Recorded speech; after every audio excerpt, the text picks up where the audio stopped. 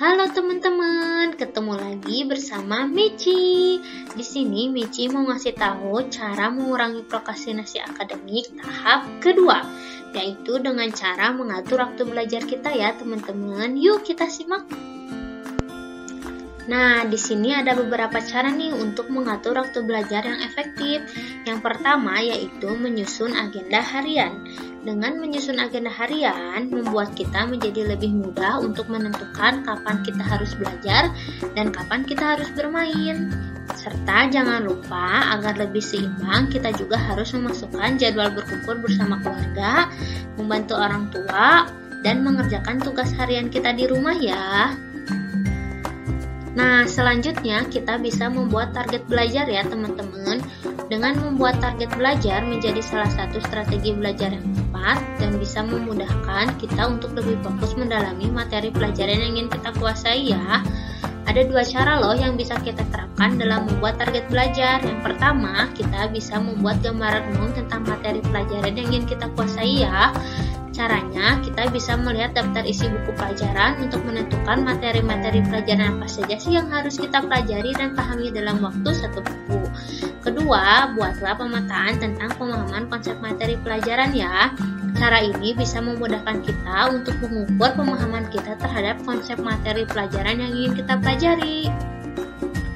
Nah, tahap selanjutnya kita bisa memilih metode belajar yang sesuai ya teman-teman.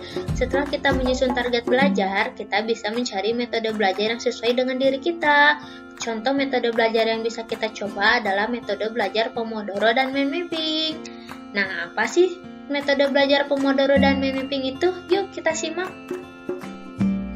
Nah, teknik belajar Pomodoro ialah teknik yang berasal dari Italia loh teman-teman. Jadi teknik ini merupakan metode manajemen waktu ya yang dikembangkan oleh Francesco Cirillo di tahun 1980-an. Nah, untuk menerapkan teknik ini kita harus menggunakan bantuan timer ya teman-teman.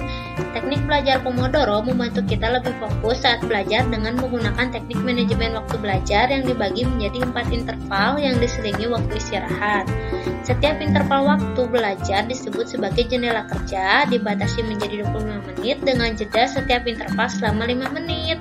Setelah 25 menit jendela kerja dilalui, kemudian ambillah waktu istirahat selama 3-5 menit dan kembali masuk ke jendela kerja selama 25 menit berikutnya hingga selesai 4 interval. Nah, sedangkan metode mind mapping merupakan metode belajar yang dirancang dengan memetakan informasi dalam bentuk grafis.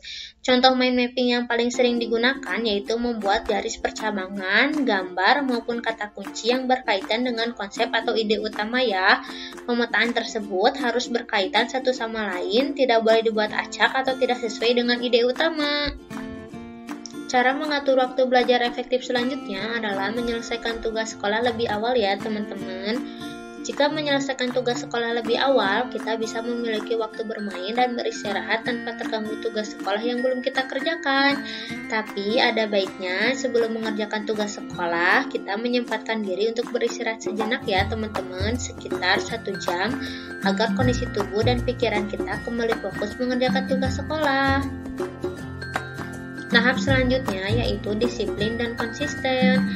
Disiplin dan konsisten merupakan strategi belajar dan kunci keberhasilan untuk melakukan segala hal ya teman-teman.